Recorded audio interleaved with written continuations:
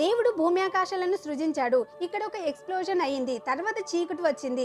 ఈ చీకటిని dark age అంటారు. ఆ చీకటి కొంతకాలం వరకు ఉంది. ఇక్కడ బైబిల్ చెప్పింది మరి సైన్స్ చెప్పింది రెండింటిని కంపేర్ చేస్తున్నాం. అగాధ జలములపై దేవుని ఆత్మ అల్లాడుచుండెను అనేది ఏదైతే ఉందో దాన్ని సైంటిస్టులు డార్క్ ఎనర్జీ అంటారు. ఈ డయాగ్రామ్ లో కోన్ దగ్గర ఉంది చూడండి. యాజ్ ఫర్ ఆస్ట్రోఫిజిక్స్ ఈ యూనివర్స్ ఎక్స్పాండ్ అవ్వడానికి మెయిన్ రీజన్ ఈ డార్క్ ఎనర్జీ. రెండవ వచనంలో భూమి నిరాకారంగాను శూన్యంగాను ఉండెను, చీకటి అగాధ జలముల పైన కమ్మి ఉండెను, దేవుని ఆత్మ జలముల పైన అల్లాడుచుండెను అని ఉంది. చీకటి అగాధ జలముల పైన కమ్మి ఉండెను అనే వచనం ప్రకారం దాన్నే డార్క్ ఏజ్ అంటారు. డయాగ్రామ్ లో ఇప్పుడు చూడొచ్చు.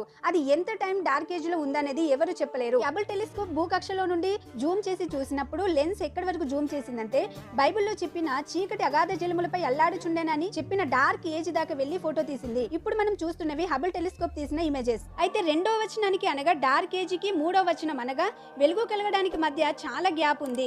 ఎంత గ్యాప్ ఉందో ఎవరు చెప్పలేరు.